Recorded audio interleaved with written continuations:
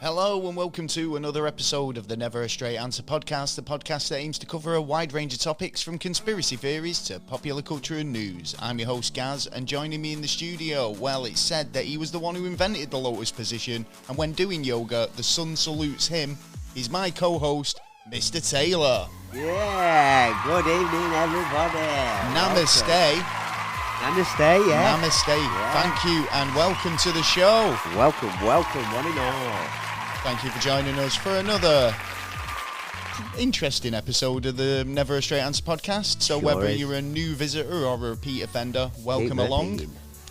Hope you will continue to listen. Yes, listen to your heart's content. Plenty of episodes available. Sure it is. On this week's show, we're going to be joined by a special guest, Wajid Hassan. He's a returning guest. Yes. He's a spiritualist and mystic, Ooh. yogi and author. He's just an absolute legend of a guy. He's going to be in joining us later on in the show, talking about alien transmissions. Yes. As well as a few other things. Yeah, I think you'll find. Yeah, we do kind of have a great chat. Hope you'll stick around for that. And that's coming up a bit later on in the show. Sure is. So we've I forgot where I'm up to already. So yeah, Wajid came in and we were chatting about a lot of stuff, but interestingly enough, he is a local lad. Yes. Rochdale born. He was. Or Rochdale raised. Yeah. But yeah, interesting fellow. What have you been up to this week, Taylor? Me, I've been kind of spaced out. Been spaced out? Yeah, I did a job. I feel a bit like I'm rushing through things and a bit spaced out today. Go on. Yeah. Why was you feeling a bit spaced out? Well, I was doing a job for primary, like at a club, and there was some like fucking mushroom heads, I think we were calling them. Mushroom heads? Yeah, and there was like a kind of cultish thing that was going on. Was it a cult? You showed me. They had signs actually, and they did look a bit cultish. Yeah, but they had signs like "We're not a cult, honestly." And then aliens got on the stage and started. Wait a minute. In my experience, it's the people who go out the way to tell you they're not something, and they generally are. Oh yeah. Oh, we're not a cult, we promise. Yeah. Don't drink the Kool-Aid is my suggestion in that instance. Oh yeah, it was a great night. Oh, there was actually someone going round with a jug of Kool-Aid, with like drops in people's mouths. But I found out it was alcohol. It wasn't anything else but alcohol.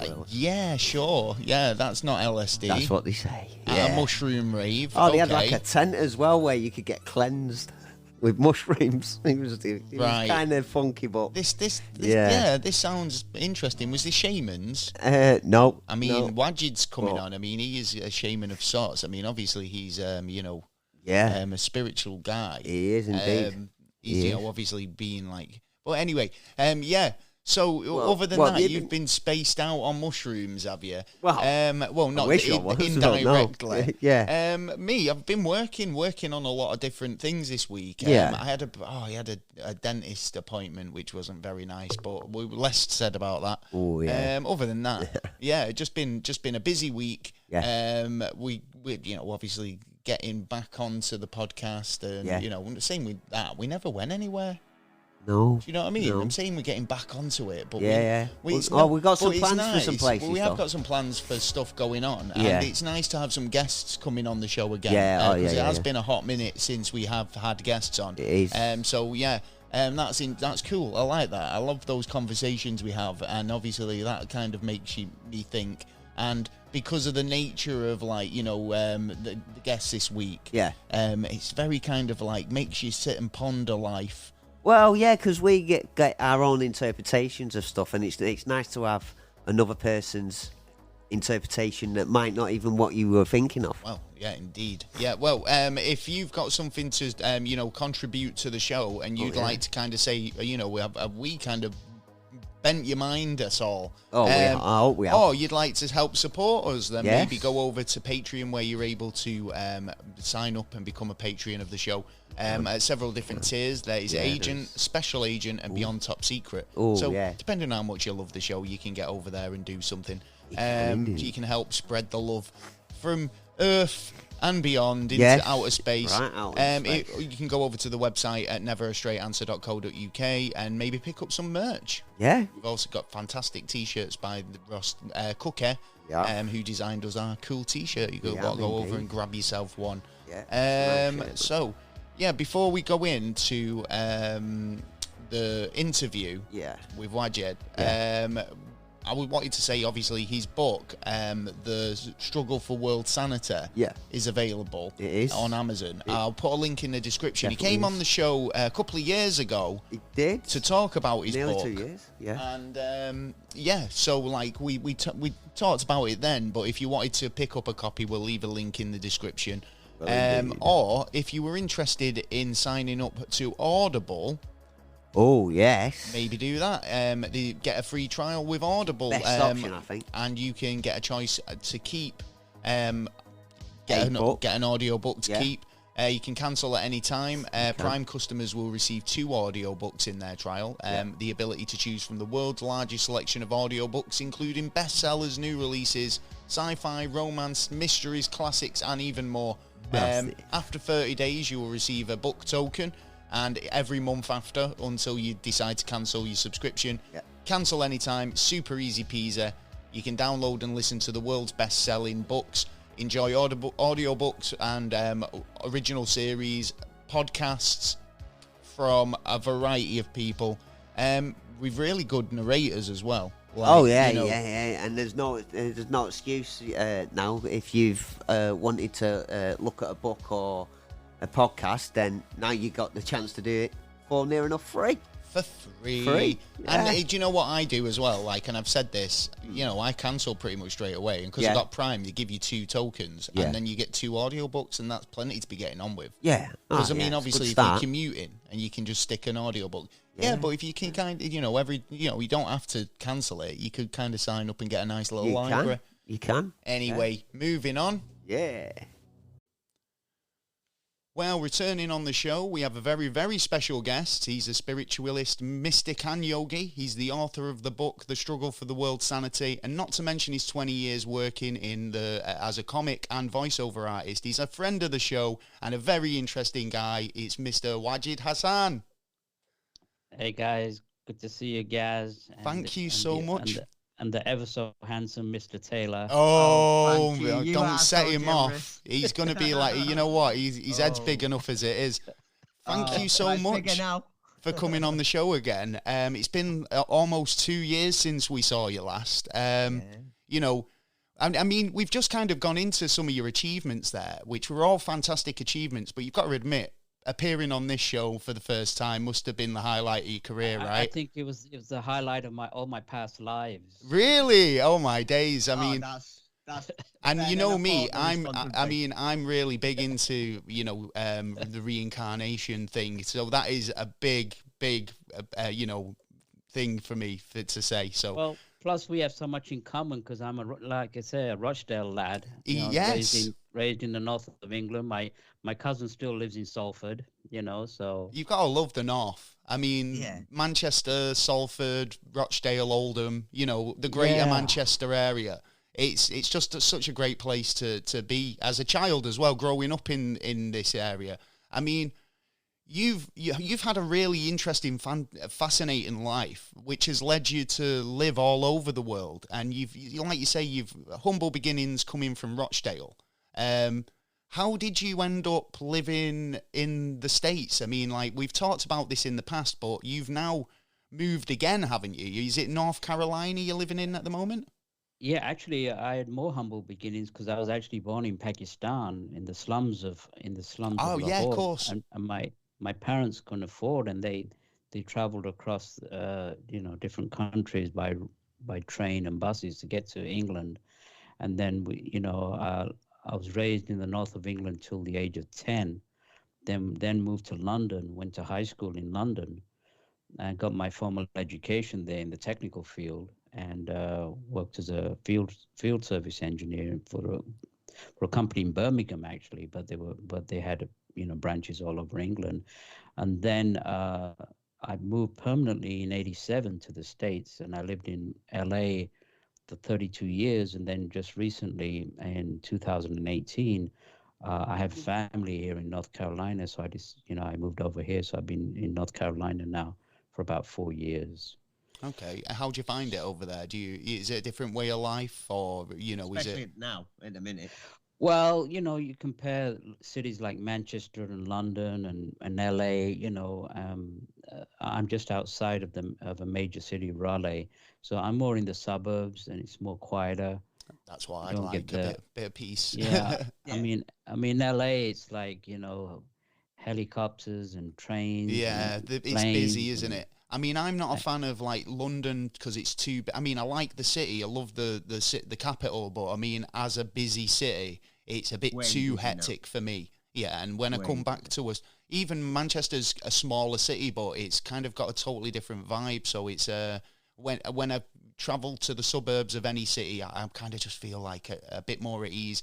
Especially with what you kind of, I mean, you're a mystic and a yogi. Does that not kind of um, need a bit of peace and quiet? Living in the city, that must kind of like dampen your meditation or any sort of like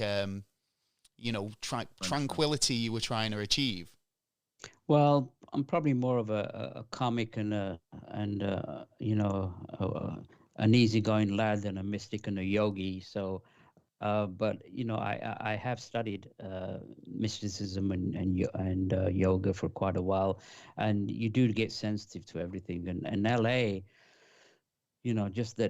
I remember 2005. I actually went to London to visit, and I got claustrophobic because it was Yeah, so that's everything like exactly how it tiny makes little me feel. roads and tiny little cars, and I had to get out to Derby. A friend of mine lived in Derby, and I had to get out to the country to get away from London. But I think all for your listeners, it's really important to go within, go to the country, go to the ocean, go to the mountains. I mean, these things, we're part of nature.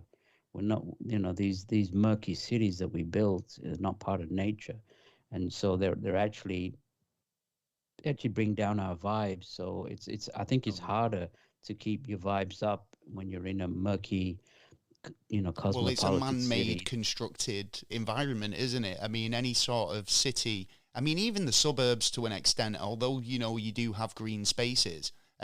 Yeah, It's Busy, kind of busy, busy, weird to busy. kind of think about the planet, how we've kind of just developed it, and we've kind of created these spaces for just for our use, but not really kind of thinking about like the rest of the life that is here.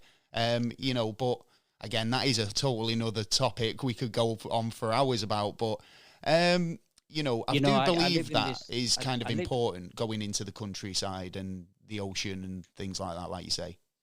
Yeah, I mean, I live in a small town called Cary, and it was voted as one of the safest towns in the United States. That's before I moved in. Um, Oh, Oh, now but it's changed. oh, there goes the neighborhood. but it's so good to walk down and you see kids, in the old days like they do, and kids playing Yeah, out there, and families taking their dogs for a walk, and all that stuff. So it's really it's it's kind really of got an old pleasant. school vibe. This is the thing. Yeah, It's like a lot of parents these days don't really want the kids playing out on the no, streets Too and having dangerous. going. I remember when we were young, we just go wandering off, and it'd be a yeah, Yeah. case of you didn't have a Climbing up mobile phone. trees. Yeah, it was no, like you'd be home at a time. We're You'd be free. given a time to come home, and you'd be home at that time. There'd be no yeah. worry. But Yeah. you were when you were here on the show last, you were talking about your book.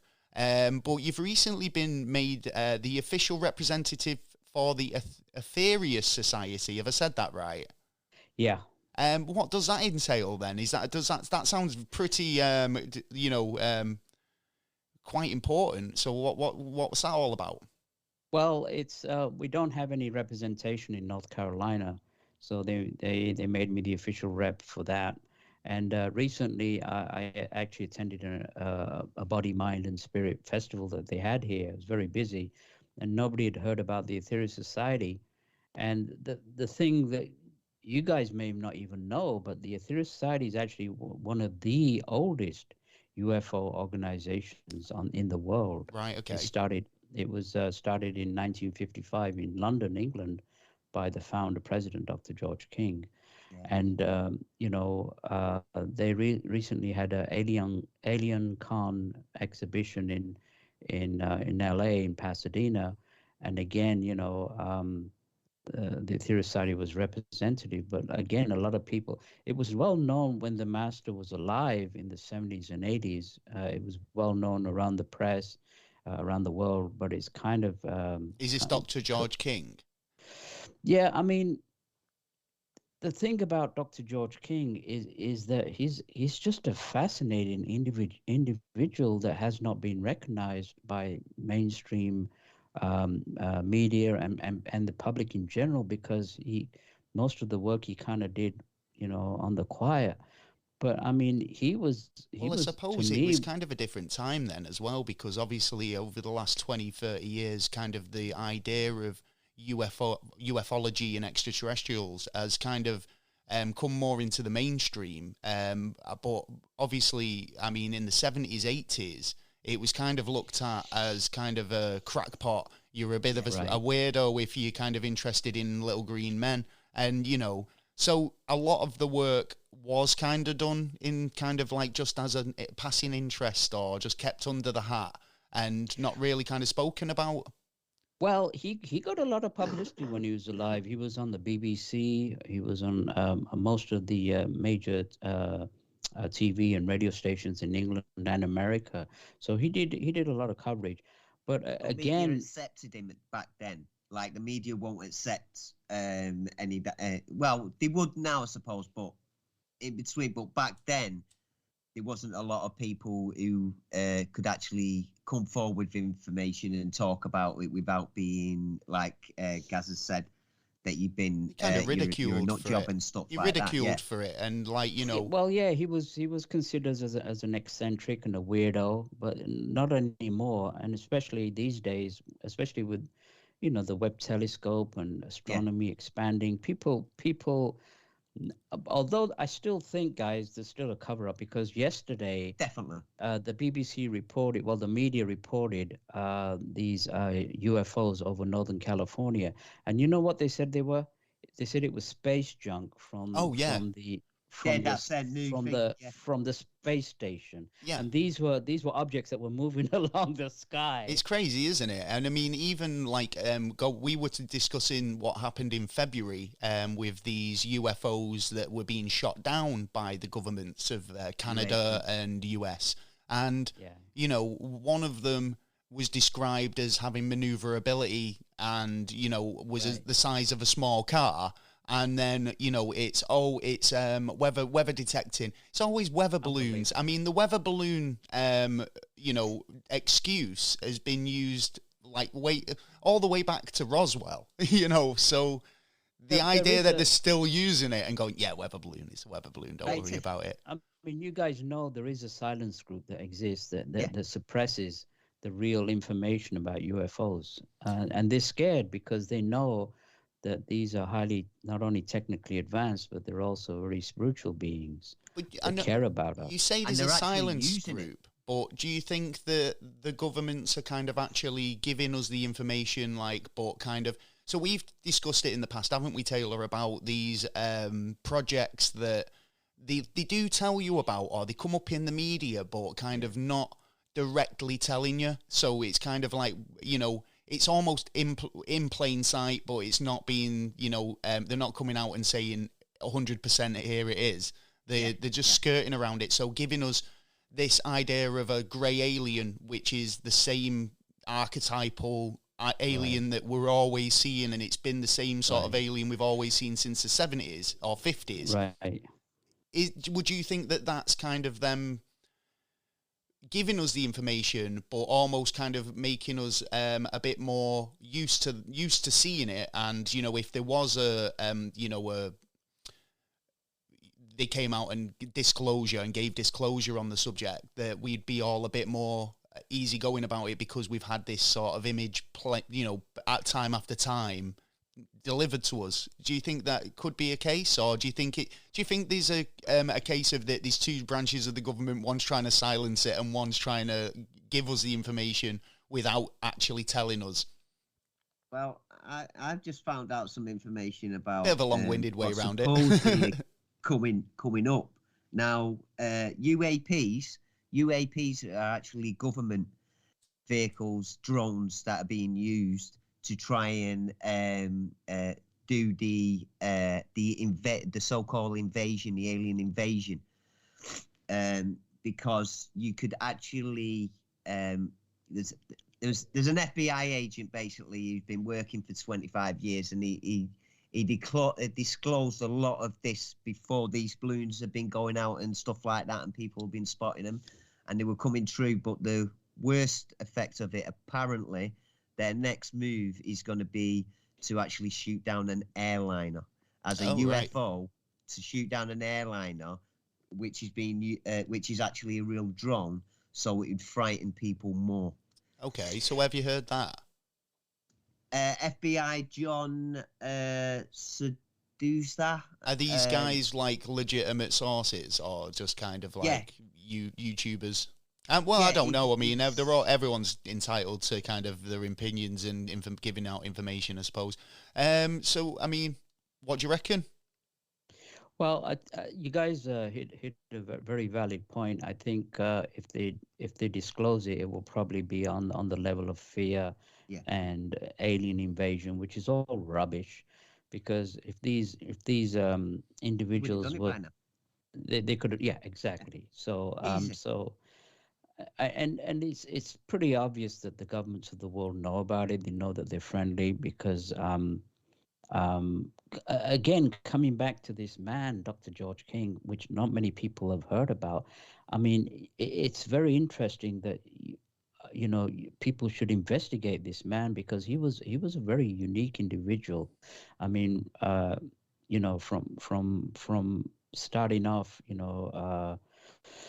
has he foretold anything?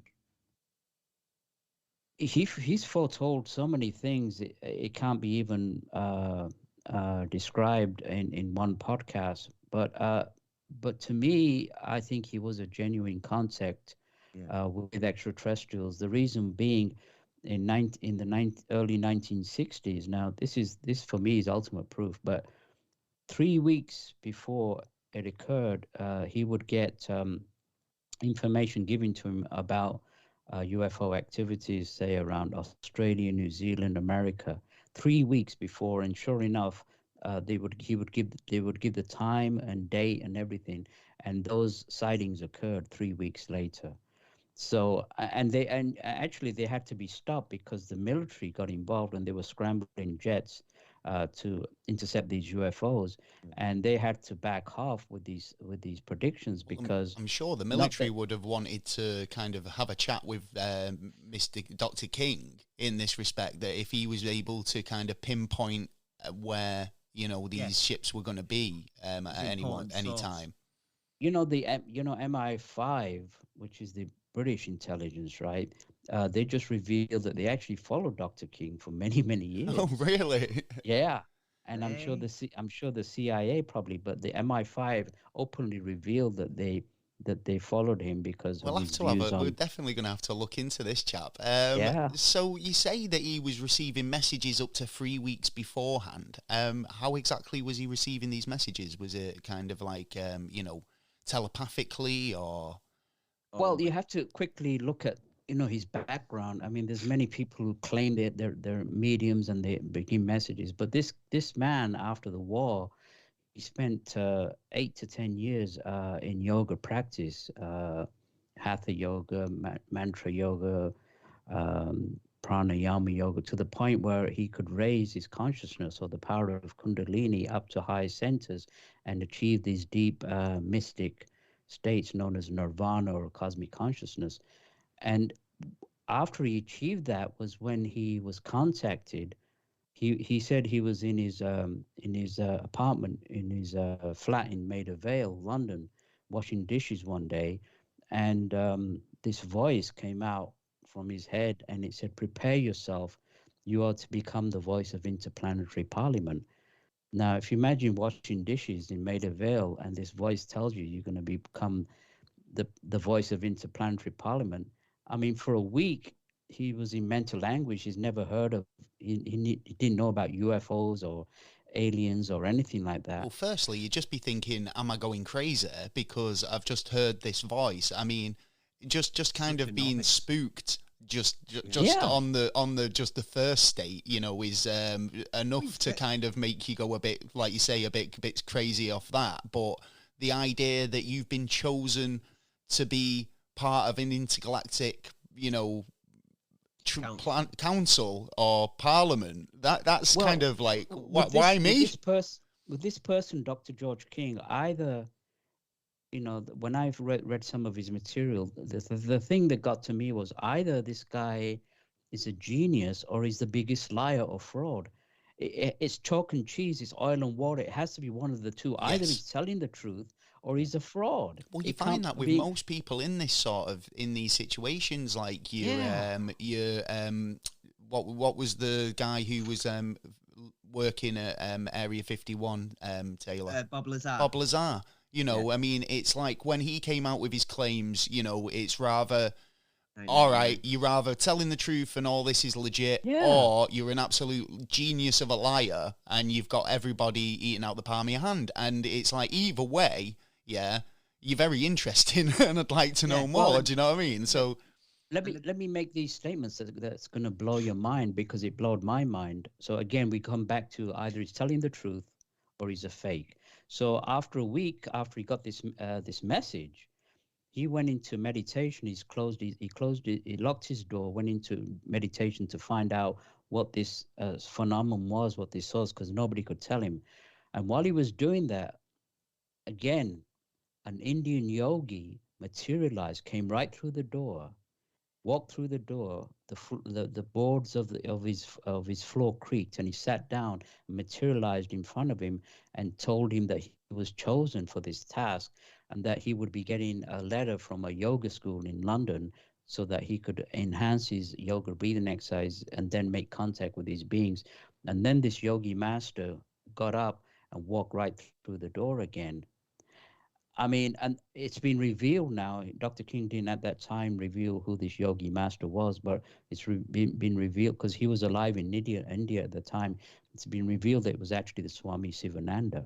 right. So if you guys want to Google Swami Sivananda, Swami Sivananda actually projected from his body, materialized in front of Dr. King, and gave him instructions. Right after that, he did receive a letter from a yoga school in London by a yogi by the name of Sri Nandi, and he did these exercises where he could raise his consciousness and tune into the mental impulses being sent from these masters millions of miles away. He would tune into these mental impulses as they came in, and then translate them through his mind, and then through his physical larynx. And being an Englishman, they came out in English.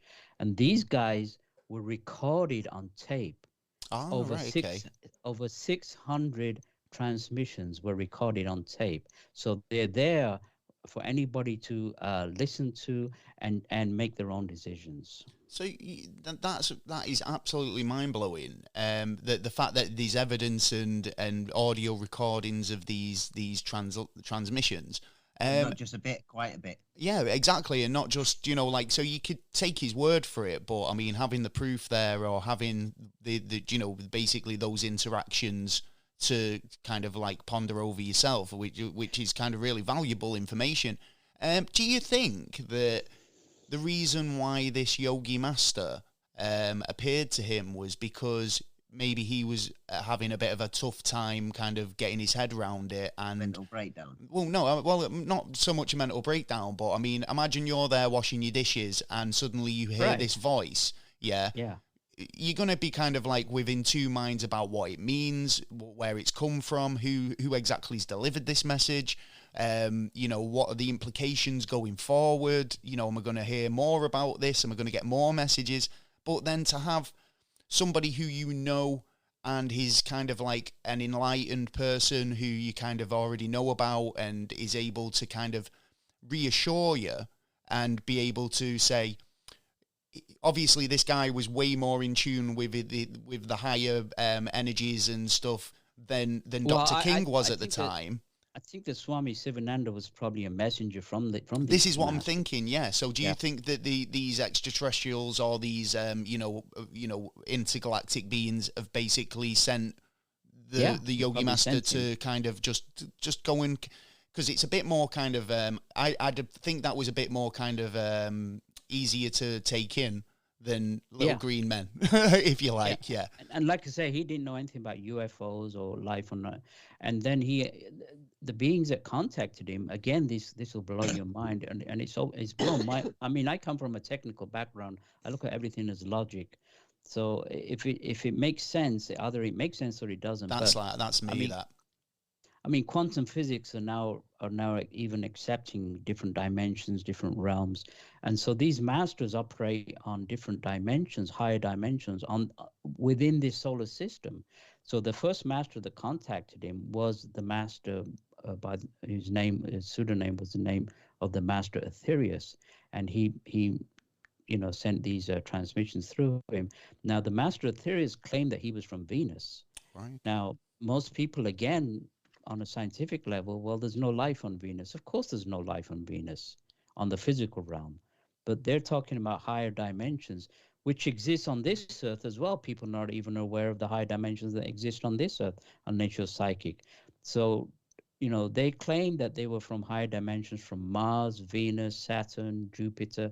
And so, again, science is hundreds of years still backwards because they're not even aware of these realms, and these are some of the masters. Now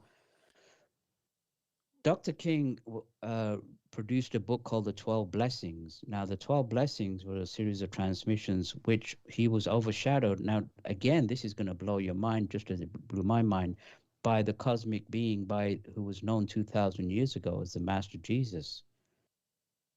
Okay, now this again, I'm throwing these things at you because this is way out of this world. Now he claimed that his mother, Mary King, who lived in Devon at the time, was actually contacted by these higher beings. Now she was actually physically. Now he said that on the BBC. He said, "I'll claim my life on it." She was physically taken up in space in a spacecraft, a UFO, where she physically met the Master Jesus, who took a copy of the 12 blessings from her. Now, again, either he's telling lies, or what if this was true? I mean, this could just blow everything when it comes to philosophical thought for the rest of mankind. This is Totally. beyond belief. It's Well, can I interesting. just Well, ask go you a on. Sorry, question on Taylor. that one? Because, like, so has he ever come forward and stated that he's been abducted as well? Is the reason why I ask it is because it's a general case now that it seems to be that it follows through generations. So if your mother has been abducted, Well, she you're wasn't you're like, she wasn't abducted. She was invited. okay, She yeah, wasn't abducted. She wasn't taken by against her own free will. And yeah, again, looking at these abductions, Dr. King asked. He said, if you were to take over this planet, how soon could you do it? They said within 15 minutes we could completely take over your planet within 15 minutes. They said that our nuclear weapons are regarded to them as toothpicks. As That's the toys. kind, yeah, Yeah. that's the kind of power that they have. So to me, they're very benign. As far as abductions are concerned, I think there's also lower realms that Dr. King talked about, the lower astral realms. He says it's 4 levels below us. And a lot of people get abducted in their dreams. And I think that's more like earth demonic kind of abductions that occur, thinking that they're UFOs. That's just my theory. It's I interesting you don't were think I don't talking. think they're aliens. They're from outer space, because Potentially not. trust me.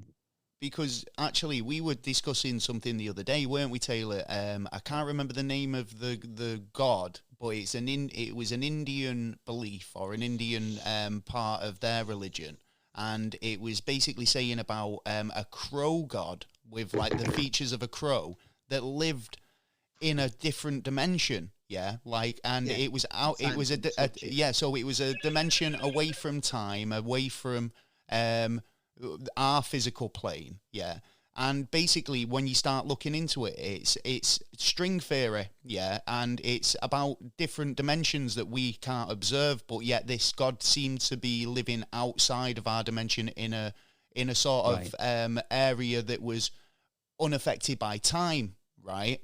And the first anybody who actually came up with that as a theory, yeah, did it like about 4,000 years after this book, Indian scripture, was written. So obviously somebody must have had an inkling about these higher dimensions or different planes of existence that even before science had caught up to it. Yeah, so I do believe that when you say like we're so far back in terms of like technology and our understanding of the universe, that I do believe that there is definitely like a lot of different perspectives you can have, and we just don't have the power to observe these different dimensions unless you say like you're psychic or have kind of an ability. But the idea of like, you know, these different dimensions operating in a sort of space-time, so like you say on Venus, where from our perspective it's uninhabitable, but on some level of existence, like, you know, what we call paranormal, yeah, or like ghosts, could be people operating on a different path or different plane of existence. And that could be just the case on places like Venus or any other planet. So I can totally buy that. Well, Dr. King, being a yogi master himself, was able to consciously project from his body, and he did visit all the higher realms on this planet and the low realms on this planet. And then he went to Mars and Venus and went to the higher realms. They don't have lower realms there. Okay. And so again, it's probably not even whether they exist on higher realms on Venus or Mars or Jupiter. The question is, what's their message? Yeah. Even if they came from Earth, what's their message? And their message is you know, when he was on the BBC, the Master he was live on the BBC 1950s. Millions of people were watching. He went into this yogic trance when the Master Aetherius spoke to him, and the host said, "Well, what message do you have for mankind?" Now, you'd think the Master Aetherius would say, "Well, follow us or follow Dr. King." You know what he said? He said, "If you're going to be a Hindu, be the best Hindu. If you're going to be a Christian, be the best Christian. If you're going to be a Buddhist, be the best Buddhist." So he's saying, look, we're not bringing anything new. You guys are really, excuse my language, but you've really fucked up this planet. Yeah, he's right. By not following the spiritual laws of, you know, thou shalt not kill. Yeah. Of yeah, everything I mean, if you've got belief or you've got hope, these great masters it's have good. taught us. And so they're saying, just come back to what they not the religious dogma, which is causing so much hatred between religions and races, but the spiritual values. And if you look at every religion, it's all the same. Yes, thank you. I've been saying this for so long. Like, every religion has the fundamental: do not kill people, do not steal from people, do not, you know, treat people as if you wouldn't want to be treated yourself. Those core values are spread right across every religion, and all religions have a little bit extra to impart, yeah? Like, but, you know, I don't buy into the naming of the things, you know. You don't have to go, I'm a Christian, I'm a this, I'm a that, yeah? It's just be the best person you can be and just be true to those core principles of life, you know, and you'll do all right, I think. Not even that, these religions were not even close together, so they were on different continents, but they were still giving the same rough guidance of what society should be like. So in interpreting that, then someone had to have intervened, or something must have intervened, the same as like when we talk about seeing certain species. Like, how can you see a grey over in America 15,000 years ago drawn on something, and yet in Australia you've got exactly the same object, or stones, or, you know, stuff that actually carving or some sort of story that anything like that is kind of like so many passed around, isn't that it? shouldn't have been built.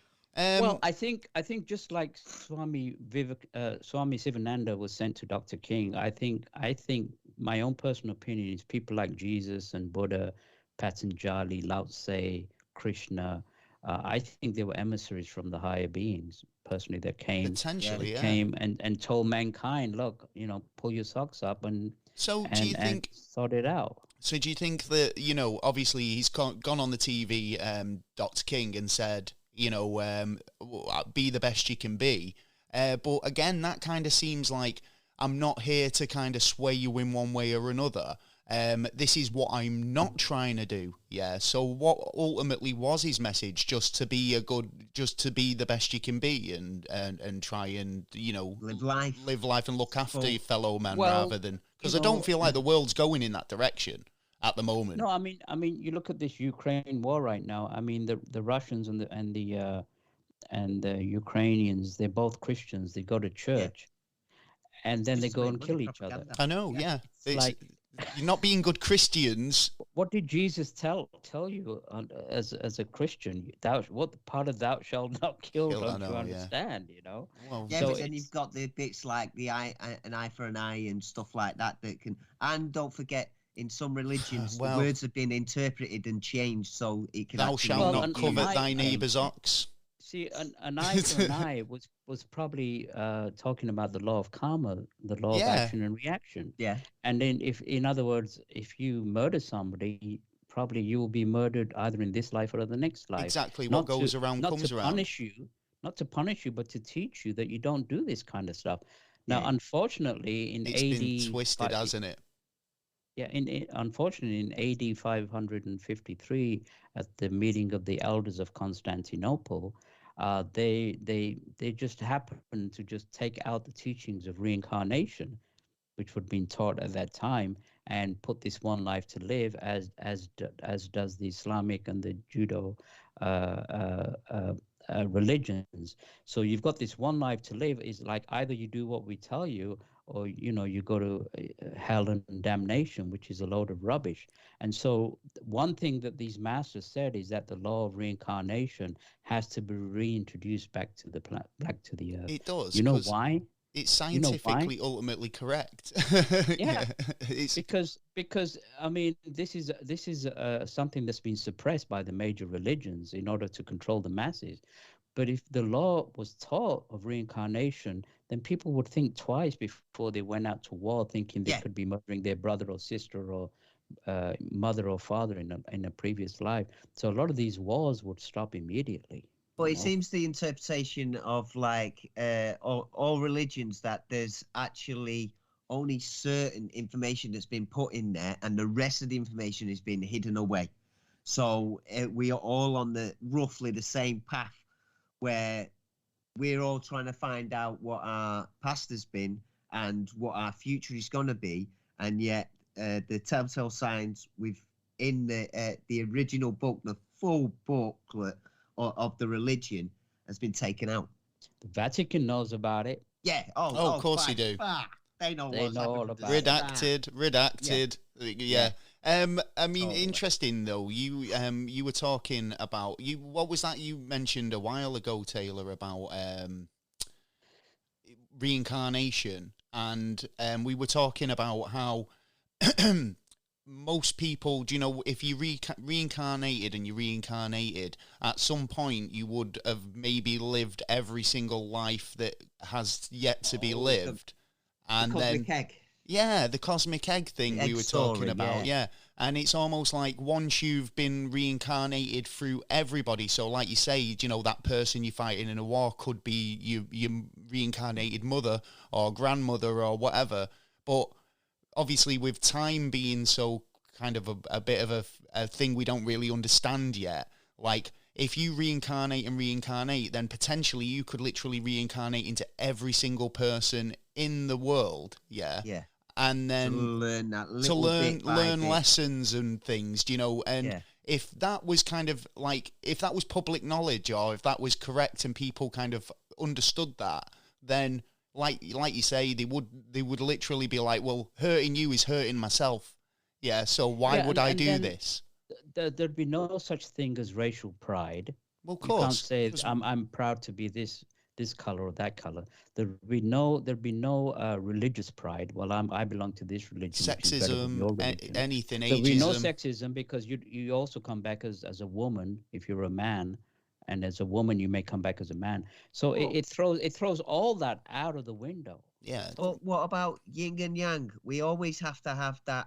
Well, this is karma, isn't it? Yin and yang dark. Is karma. What about Bill and Ben, the flower pot man? Exactly. Oh, yeah. You had weed in between, didn't you, stopping all the arguments?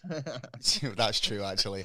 I mean, yeah, yin and yang. I mean, you've still got that good side, and you've always got that bad side, but you've got to have an equal amount. But that's karma, because yin and yang to me is karma. It's how, you know, there is kind of like a, you know, what goes around comes around, but there's also like that sort of do bad things will happen to you, and do good things, you know. Not necessarily in this life. Well, but what we have to understand, gentlemen, is that we're not just one being. We're different. We have different aspects of us, and we have a lower self and we have a higher self. And again, you know, the old cartoons with the devil on the left side and the angel on the right. Again, we have that free will. And it's up to us. God doesn't tell us to go. Look what's happened. Well, all we can do is try and, you know, kind of lean people towards kind of just taking life in as a different approach, and try being more enlightened and try and kind of like, you know, use that for good and, you know, help your fellow man, pay things forward, just kind of operate on a karma policy where if you are kind of going out into the world that, you know, say, what if that was me? What if that was my mum? What if that was somebody I cared about, you know? And we haven't got time anymore because we're deliberately being forced to be busy. So we're constantly busy. So we don't actually look what is actually in front of us, but we're always too busy looking at your phone. The next thing. Yeah, you know what I mean? Yeah. So I'm getting controlled by that way. Yeah, you got social media, TikTok, YouTube, 500 channels on the TV. I mean, you got everything that can distract you. Yeah. And Dr. King said, I mean, there's nothing wrong with a little relaxation, little pleasure. Everybody needs that. But constantly, I mean, he said there's only one reason we're on this planet, not two. And the only reason we're on this planet is to raise our consciousness to high levels of meditation. Listen to this: bliss, happiness, and joy.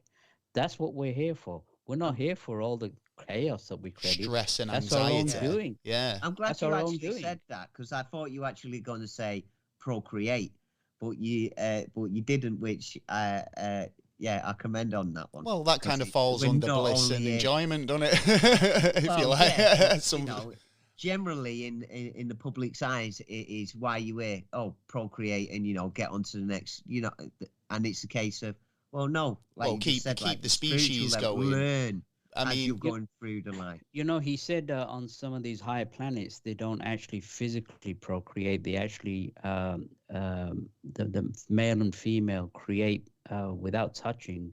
They create the entity using higher energies, and the entity is actually born as an adult from the logos of the planet itself. I mean, those are some of the higher aspects of procreation. So you know. And old age, that's a curse. That's a disease on this planet. On some of these other planets, they live in the same body for 25,000 years. In the same body, indestructible bodies. Do you think it's our environment that does that, though? Because, you know, we live in quite a corrosive atmosphere, really, don't we? The only bad aspect of that is maybe having a mother-in-law who's 26,000 years old. Yeah, that's true. Well, well, that's right. On the enjoyment of eating food, it actually kills you. You need food to live, but it actually speeds your. Well, they say, don't they? Humans start to deteriorate from the minute they're born. It's like, you know, you lose value once you drive it off the lot. Like sort of thing. It's like you start depreciating, and you know, all these kind of problems that start happening when you hit a certain age or milestone in life. And, it's just the way it is, isn't it? But, I do believe that there will come a point in human evolution and human history where we do kind of achieve just consciousness or higher consciousness. Whether that's kind of guided by these sort of alien extraterrestrials or not, or if it's just the fact that we've kind of tuned into these cosmic sort of frequencies and, elevated our understanding and elevated our grasp of being able to see these realms and visitors, then it's interesting to know. It would be interesting to learn how to try and do these types of things. I should imagine it takes absolutely years of real kind of focus and dedication, I assume. Well, they actually gave us the key to our evolution, which they've been saying over the years, and that's which is not being used universally. But what they're saying is that the energy of love or the spiritual power that comes from the cosmos, if we channel this, which is actually a tangible energy, it's a real physical, it's the same energy that Jesus used to, raise the dead and cure the blind. They're saying that use this energy, this tangible, it's like electricity, but it operates on a different frequency.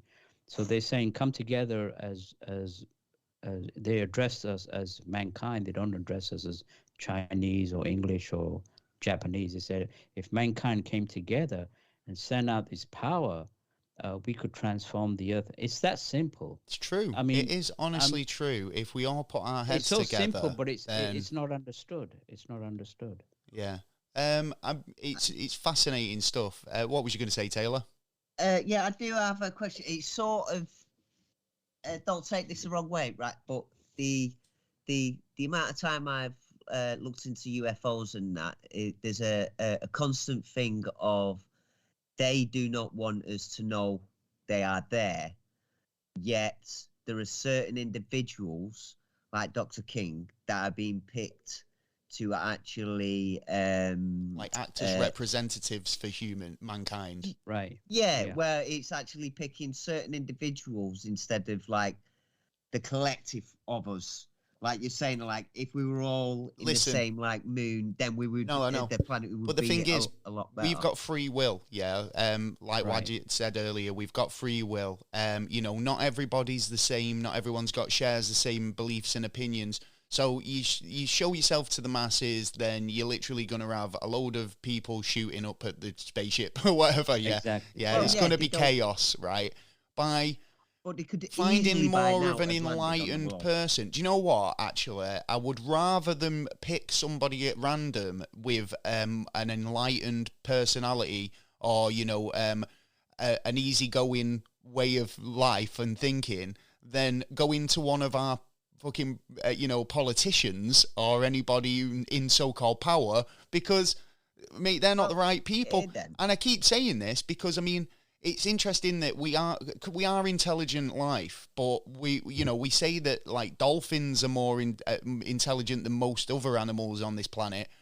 Right. If an alien was to come to this planet, I mean, why we always just assume that they'd want to speak to us. I mean, what happens if they want to speak to one of the other inhabitants of Earth and they say, I tell you what, I'd stay away from them humans, they're bloody lethal.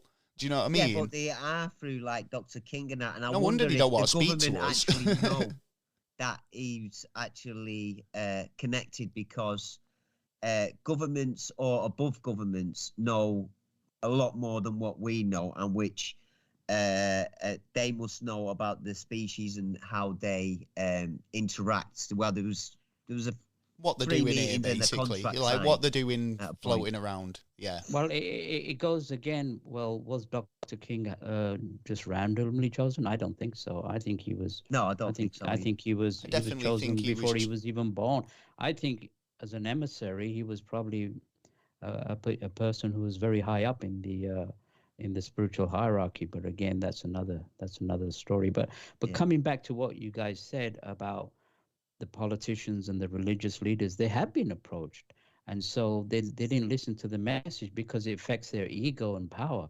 So that's why the message is now going out to the masses, and it's been said that eventually the masses will rise, hopefully not in violence, but the master theory said that there will be a mental peaceful revolution.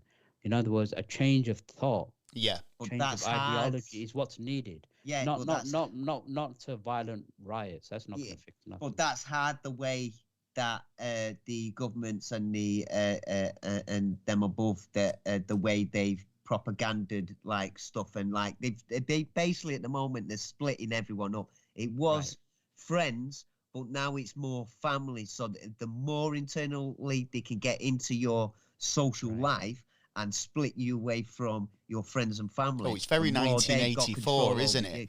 It's like, get your kids to grass you up. Well, the thing is, these are the things that we can actually see and are coming forward, and yet we're trying to explain to the people who aren't understanding what's going on. But it seems that at the minute we're winning, but it only takes a few things. Let's say, like what I said before about an airplane getting shot down by an alien ship. Then it's going to frighten a lot of people, and it's going to possibly even turn on what they think. There's so many other countries and so many things going on in the world, like Russia and Ukraine, and it's all bullshit to keep your eyes somewhere if else. you do see something like that, then you're automatically going to assume that it's to do with some sort of diplomatic rubbish, like rather than aliens. It's only when they say the term UFO is we don't know what it is that shot this plane down is when we start getting panicky. Right. Yeah. I mean, if you look at Ukraine war right now, I mean, there's, both sides, the people who are winning are actually the arms dealers. They're laughing. Oh, they're loving it. They're the only ones in the stock market that went up, and they're the only ones that are actually making money out of all of them. Now, if this was a planet, a spiritual planet, all the leaders of the world had to do was tell their listeners to stand up and send out this energy. Yeah. So if 1 million people did that, I would within 2 or 3 days that war would fizzle. Yeah. Oh yeah, you mentioned earlier actually. At the end of the day, you mentioned earlier about religions knowing about knowing about these extraterrestrials and stuff. Didn't the Vatican recently kind of acknowledge aliens and extraterrestrials, but said that they were still God's children? Yeah, they were created by God, weren't they? Yeah, they said that if they landed, the Pope would baptize them. I'm not sure if they would. Oh yeah, they'd be up for that. By the Pope, baptized on the spot. Well, that's start a war on its own, because all it'd be is Christianity. I mean, am I getting this wrong? But didn't they try this back in the day by sending mercenaries over to try and preach the good word to natives and stuff and it was just like it probably didn't go as well. They probably got chased off back with spears. You know what I mean? And if you don't believe in Jesus and the Bible, we'll just kill you. Basically, we get whatever you believe in is now being switched to whatever we believe in, and you have to follow the rules. If you don't follow the rules, then you can't live in the society that you built. So you were saying earlier about Dr. George King and these tapes and this information, and obviously he doesn't sound like he was very well known. Perhaps some of our listeners might have heard of him. But if you wanted to research Dr. King, where could you find out some information? You could just go to actually, if you want to learn a little bit about the Aetherius Society and a little bit about me, I have a link that you guys can go to. It's called aetherius.org/NC. I guess I could email that to you. Yeah, send it over and we'll put it in the description so people can go and check that out. And like I say, I'm not here to convince anybody. I was convinced based on my own research. Yeah, people so, their own eyes. I'm a seeing believing type of person. I love first-hand accounts of things when people kind of can share a story and how they arrived at a certain way of thinking. Is really kind of a unique experience. So it's always been a pleasure to have you on the show again to explain that. I mean, one thing I mean, in my book, I told when I was 18, I had this premonition to go out to the wilderness, and I went to this place just outside of Salisbury, in near Stonehenge, and I actually had a contact with a UFO out in the wilderness. And now Really? this spacecraft, and I didn't know, and again, I didn't know anything about UFOs, but this spacecraft actually, it was about 100 feet across. It came over and stopped where I was, and this beam of light came from the hull of the craft, and this tremendous like spiritual energy went through me. And at that time, I thought to myself, when I was going through this experience, that the beings that control this are not only scientifically advanced but very spiritually advanced as well. And I didn't tell anybody about this for years, because it was, first of all, would have been considered a kook, but at the same time it was so pronounced I didn't want to tell anybody It was about it. personal experience, I can Well, imagine. It seems you're not like big. anything like that would be quite a spiritual and personal Yeah. experience.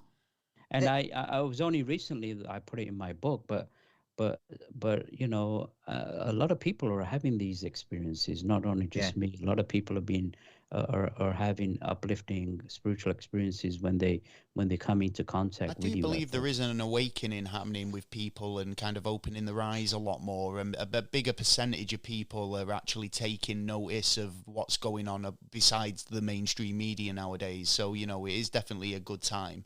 So Yeah. then you're possibly then an update. Oh, you might be. Most And people if have that's like. possible. Did you notice Well, any again, they time didn't missing? abduct Did you have me. any missing time? They didn't abduct me. They just contacted. I was contacted in London. I had this premonition that I had to be at that particular place. So they were sending me mental Did you impulses feel like you that I had a had. message off them at all? It wasn't a message. It was an experience. Okay. They didn't say anything to me, but they sent something to Well, they me. shown you. Yeah. Yeah, Opened your yeah, eyes. you and Yeah. check yeah. for any kind of implants or anything like that? Uh, um, uh, they could have put some hair implants, but and nothing happened. When he put them on my Nothing, knees. nothing happened. Oh, mate. Well, I'm sure, like, we'll just have to get you in, you're booked into a normal clinic. Something like. Um, well, your book's called The Struggle for World Sanity. It's available on Amazon, right? Yeah, and like I say, the main thing now is I'm focusing more on the Aetherius Society and the message of Dr. King and the cosmic masters that spoke through him. I think it's just, I mean, like you said, in the past, when people said the Earth was flat, they were laughed at. The Earth was round, and they were laughed at, and Yeah. you know. So this is a man who was ahead of his time, and it's definitely worth people's uh, Interest to have a look at some of his information. investigation. Well, there Yeah. you go. Hopefully, you'll go off and investigate some of this yourself. Make sure to check out the Aetherius Society's website. The link will be in the description. Wajid, thank you so much for coming on. You were always a pleasure, and hopefully, we'll see you again. All right, guys. Always keep in touch. Thank you so yeah. much. And if anybody's got any questions, I'm sure Wajid would take an email through his social media or anything like that. So thank you again, Wajid, for coming on. Thanks, All right, Wajid. guys. Real pleasure. Right, Thank mate. you. Thank you. Well, thank you again, Wajid, for coming on the show. Absolute pleasure to have him on, as usual. The guy's got so many stories, and obviously we could talk to him all day. Oh, yeah. Unfortunately, we've run out of time, so thank Did. you again for coming on. Some interesting stuff. I mean, the Dr. King stuff was really fascinating. Yeah. I mean, you know, was that. he's a very kind of interesting chap in himself. You know, Yeah, we might have to do an episode on him or something. totally. I at mean, one well, point. of course, because I mean, like, it is. I mean, obviously, I'd love to hear some of those audio recordings as well. Yeah. Oh, because definitely. There's so many things there, but I mean, like I say, And there's a lot as well. I think there's about 600, he was saying. interesting stuff. Yeah. I mean, like, if you're interested in the Aetherius Society, we will put a link to Wajid's page, and obviously that has the links to the website where you can check out those recordings for yourself. Go and review it, see what yeah. you think. Or maybe you might be kind of so convinced that you might want to start, you know, getting interest into it Yeah, yourself. you might. Yeah, bring it over here. Well, there you go. You never know. Well, we're going to crack on with the show. We've got some news, I think. And without further ado... I hope. It's the news! And as per usual, we've searched the World Wide Web, got into a load of lotus positions, yoga positions, and pondered this week's news over a strong cup of coffee. Oh, it's matcha now, isn't it? People drink the matcha. Matcha? Yeah, which is a healthy alternative to coffee, and it's like... Oh, is that like grass kind of stuff? It looks like green stuff, yeah. It's like, I don't know what it is exactly, but I mean, apparently it gives you a perk up. So, we're but like a bit coffee kick, but without being as like caffeinated even. Well, good. Getting on with the news, there you go, big news. People are switching off coffee, for one. Wow, Well, firstly, I've got this story, and this is a daft story, which I feel like wasting time, especially MIT students, testing 1,000 Oreo cookies to crack the mystery of the best way to eat one. How do you eat an Oreo?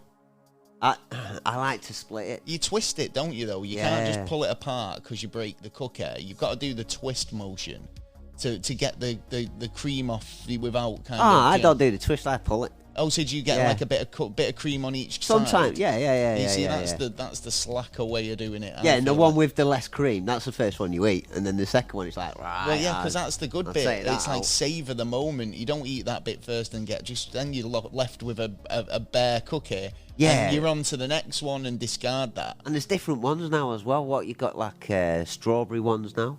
Well, I don't think the flavour matters so much to the technique of eating I don't know, because the consistency. But this is the thing, though, could because be changed. I mean, it's not just down to Oreos. Because I mean, we were brought up here in England where we didn't have Oreos growing up. No, they were a relatively new cookie or biscuit, as we like to call them over here. We had digestives. We had but in terms of similarities, what did we have? Custard creams, bourbons, right? Bourbon creams, got a pack of them very similar. In the sense that you'd pull them apart, and take the cream and take out the filling first, I don't know. Well, scientists at Massachusetts Institute of Technology, MIT, have revealed that they've tested over 1,000 Oreos and figured out the best way of eating the beloved cookie. I think it's going to be a twist, isn't it? It's got to be. Let's have a look. Yeah, probably, because then you can try and get a filling on either side, can't you? Because it's the same with like they do double ones now, double cream in it. It's like a lot more cream in the middle, but you still don't get the right amount on each side. Well, you need another one in between or something. They're basically saying like it would the twist of the cookie would open different spreads or like So however the placing of over 1,000 Oreos on the device they used to test it. So they had something that did it like a uniform twist or pull. Like a machine? Yeah, machine, to test it. Yeah, you couldn't do it by hand. It says that over 80% of the cream was stuck on one side of the biscuit. Yeah, always. But I mean, it's 80%. I want a full 100%. I want 50-50. 100% sort of situation. Got 2 in 1 then. Yeah, if you had a light, let's say a wafer thin under between. See, this is it hitting the hard topics here on the show. We are. We're right in the depth. Well, I mean, I don't know. I mean, I think the results, are kind of, regardless of how fast or slow you did it. Yeah. Opening an Oreo, the results didn't change. 80% of the cream would always be on one side. To be honest, it don't fucking matter, does it? Because you're going to eat the fucking lot anyway, aren't you? Eat the thing. Yeah, just shove it in your mouth and a bit of brew. Yeah, actually, that reminded me of something. It was like, if your stomach, when people say, your stomach's got a mind of its own and it can kind of, like, it tells you when you're hungry. Yeah, right? If your stomach could think, then to a stomach, all potatoes are mashed potatoes. Well, not all really. Potato is mashed potato to your stomach. It doesn't come in any other form. Chips? When you swallow chips whole, do you know? Well, you chew them. Well, yeah, that's true. There you go. Yeah. Right. Well, moving on with the moving on. Yeah. How to eat Oreos in chips, not eating them whole. That's the main thing. Have you got any news you'd like to talk about? Oh, yes. A future law has been put in Britain this Tuesday, just gone, which is a fort law. A what law? A fort law. So if you fought something in the wrong area, then you can be arrested and charged for it. Wait a minute, a fort law? Like I fought the law and the law won? Yeah. Right. I don't know. Is that what they're getting at? It all comes basically a woman who is across the road praying outside an abortion clinic, basically. Right, okay. So a couple of coppers pulled her up and said to her, first thing said, "Are you praying about what's going on over there?" And she said, "Yeah." So they arrested her. She sent them to court. They went to court. She won. But then this Tuesday, it's gone through Parliament that if you're in a buffer zone of that area and you have... Basically, if you're turning around and suggesting something else to someone, getting them to change their mind and stuff like that. So basically having an opinion. Yeah. An alternative opinion and trying to, impart that opinion on somebody else. Yeah. But the problem is... So you can have an opinion, just keep it to yourself? Yeah, basically. And you can't even keep it to yourself. Why? You can't even pray about it, because if they believe and you admit that you were... Because it's sometimes they'll see it as a demonstration, which is now becoming like a bad thing. You're not allowed to demonstrate. Yeah, you're not allowed to to have an opinion about things. That's not fair. Yeah. So the major problem of it, I find, is they start off with the abortion clinics, but then who knows, in like 2 years' time, they may go, right, all of Manchester, fort law, you're in the buffer zone. Or, certain areas like police stations or hospitals, you can't think of, You're not allowed to think. Yeah. If you're in here, you're not allowed to think. You just get what we give you and you can fuck go off. to a government building, they frustrate you, and you can't think about, what I'd like to do to you, really. Oh, well. You know what I mean? This is actually interesting because there's a story here about a man who was arrested after saying he wanted to smack the sheriff on social media. Oh. So having an opinion and just basically voicing it, he was like, do you know what? That sheriff wants a good slap. Yeah, right? Or whatever. Do you know, I don't know what the context was, but I mean, he's basically been arrested. It's like, oh, what a slap do? Or nick him. Do you know what I mean? It's like, that's abuse of power. Abuse of power. Yeah. I mean... Well, it is kind of a threat. Well, a Marion man was facing felony charges after he was basically said that he was made a comment online threatening towards the county sheriff. Fucking hell. So, I mean, it's hardly fair. He wanted a good slap. I found this story, actually. Yeah, right. But Easter's coming up. Yeah, and, it is. This is a story about a Hispanic congregation in Nevada who's celebrating Easter Sunday with an egg hunt. Yeah, sounds pretty kind of standard, doesn't it? Yeah. Right? Well, they're going to drop 10,000 Easter eggs from a helicopter.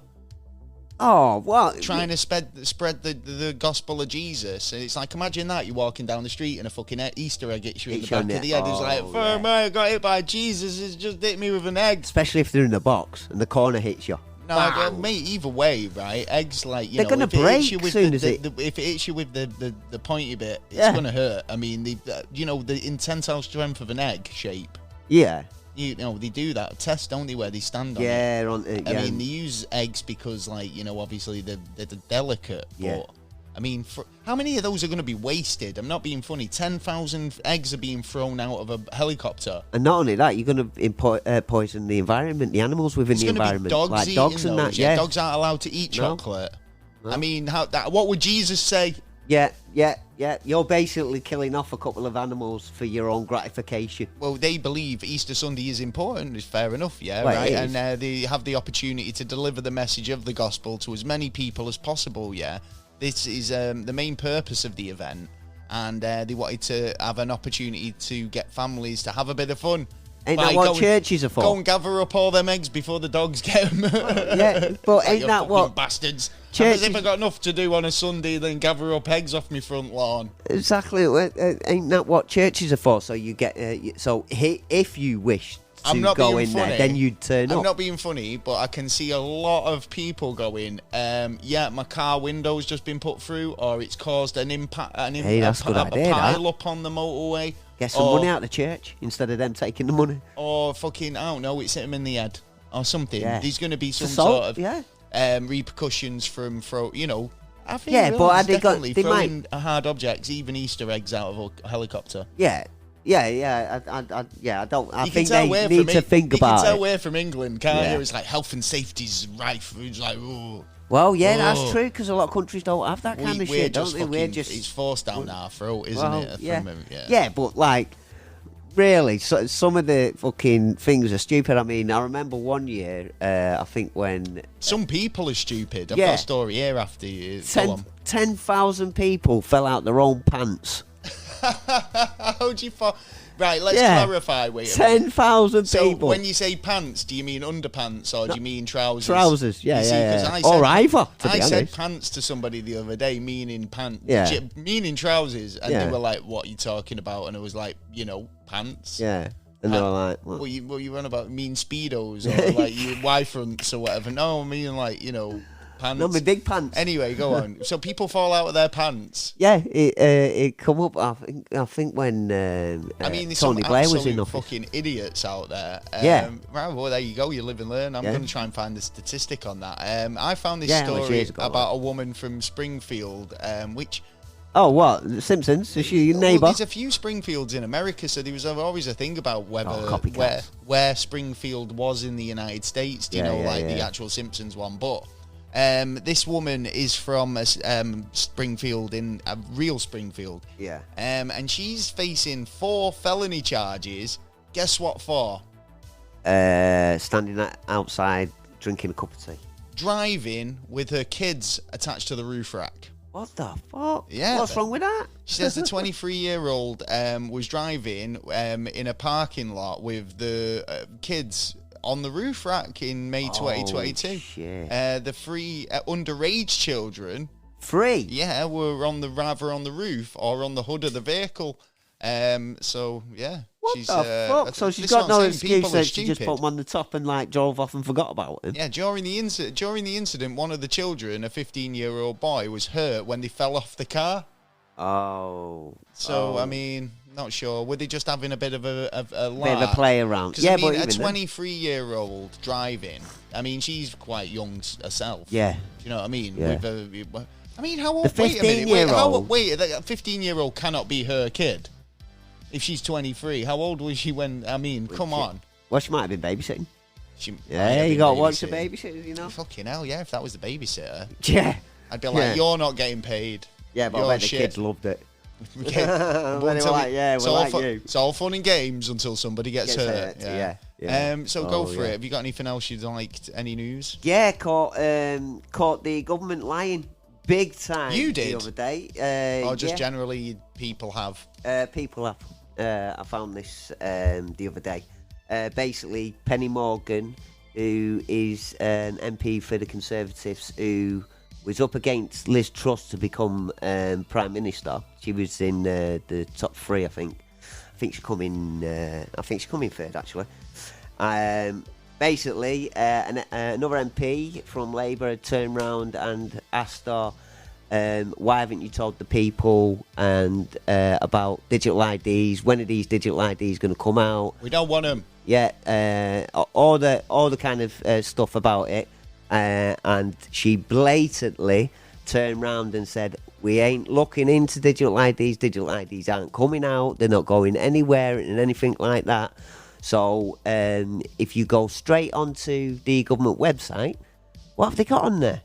Yeah, we've just done a consultation since January till May, Yeah. and it's just finished. Maybe They she weren't hadn't, telling the maybe public. she hadn't got that memo. Maybe she's Well, not involved. She's a big part of the government, and she should know if they're looking at digital IDs or maybe. not. And in fact, what's the name signed it in 2004? It was already signed. Interesting. Yeah, Well, they do get caught out lying quite a lot nowadays. I mean, it's like not quite. It's like I'm not surprised. You don't hear it on anymore. the news, You know. and that kind of shit should be on the news because it's a part of society. It needs to be told. I mean, this is it. I mean, but things get dragged out. I mean, there's still stuff coming out about party gates from, like, all that shit. Yeah. It will never get resolved, really. But we get away with it anyway, you hope it would. Yeah.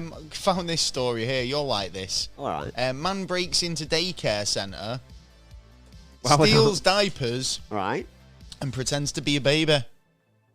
Oh, yeah. Oh, the police arrested him, but where a New York man allegedly enters a daycare centre in Clarkson whilst it was closed, stole diapers and formula, and left a note behind.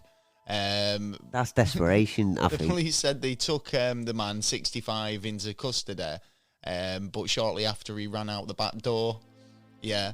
Well, so he still stayed there, so it wasn't like I'm taking these because I've got a baby at home and I'm just thinking, like, how did he fit in these diapers? I mean, like, he must have been a small guy because, I mean, like, Yeah. Oh, they must have had big diapers. I just don't know if you didn't have a lot up front. Man-sized diapers. The centre told the centre's director told the police an employee found $120 amongst a handwritten note. Asking the daycare about adult-sized diapers and if the staff would play along. Well, at least he's he obviously tried the little ones on and thought, do you know what? I could do with some bigger diapers, but if I leave them some money, there must be some big babies there. They must have some big babies, so they must have some big diapers. You know what I mean? It's America. But then again, they found again on a different day. The director said he found a similar note and $200. Oh, it's up the ante. So he's just like he's not. Well, at least he's paying, isn't he? Really. So is that a crime if he's like not doing break and entry? Yeah. Well, break and entry, yeah. But I mean, like if he kind of. I mean, he's asking. Yeah, permission. but that's like me breaking in there and going, "I'm just borrowing your TV. What programs do you recommend?" Well, true, but and I'll leave $2,000 on the pocket. Right? I mean, he could have. Honestly, do you know the owner of the daycare centre could have just gone? Well, he's leaving money behind. He's not causing any problem. He's not stealing anything. But he must be causing some kind of issue. I think that's why he is. Yeah. Well, they've got to go in and go. Well, where are all the diapers? She's just shit herself. I need some diapers. And this guy's took them all. Yeah, well, he left $120 to get some more. You could wipe with that, I suppose, but... No, I'm not sure. Have you got anything else you'd like to talk about? I've got this really great story in a minute. Have you heard this about, in Russia, this 12-year-old girl who's been taken away from her father? No. Well, what happened was... she went to school. I'm assuming there's quite a lot. I mean, we were talking last week about an arrest warrant for Putin for kids being taken. Yeah. So go on, what's this about? Right, so this young girl's gone to school. She's done a drawing, basically, with the Ukraine flag, some people underneath, and some rockets coming over from Russia there. And she was saying, like, peace to Ukraine. Yeah. So, and they've dragged her out of class and took her to a detention centre like the Germans. Well, basically, the teachers told the government. The government went round, took her, and arrested him, and then he got... And the parents for obviously teaching the kids peace. Yeah, and now she's been taken away from the father. No. Yeah. That's crazy. I mean, I know it's like fucking pretty... I mean, it's going against the government, innit? That's why. It's the tyranny of it. Well, I mean, they can't go against the government now because, like, there's loads of right. Well, there's that, but not only that, there's this, what I've just found here, yeah. So, Steven Seagal, has launched an Aikido centre to train Russian military services. Oh, shit. So he's actually, like, helping the Russian war effort, by the looks of it, trying to teach the Aikido. It wouldn't surprise me, to be honest with him, because he's been a bit of a fan of Russia, and he's got a sniper weapon named after him over there, and you did a report on him the other day. I know, but that's what I'm saying. Like, I mean, but the fact that he's actually, like, Steven Seagal has launched an all-Russian Aikido centre in Moscow. That will primarily be used to prepare Russian soldiers for army service. The Hollywood actor will be, basically at the inaugurational ceremony at the Russian capital on Monday. Right. So tomorrow. Well. Or today, by the time we post this. Do you think his passport should be taken off him?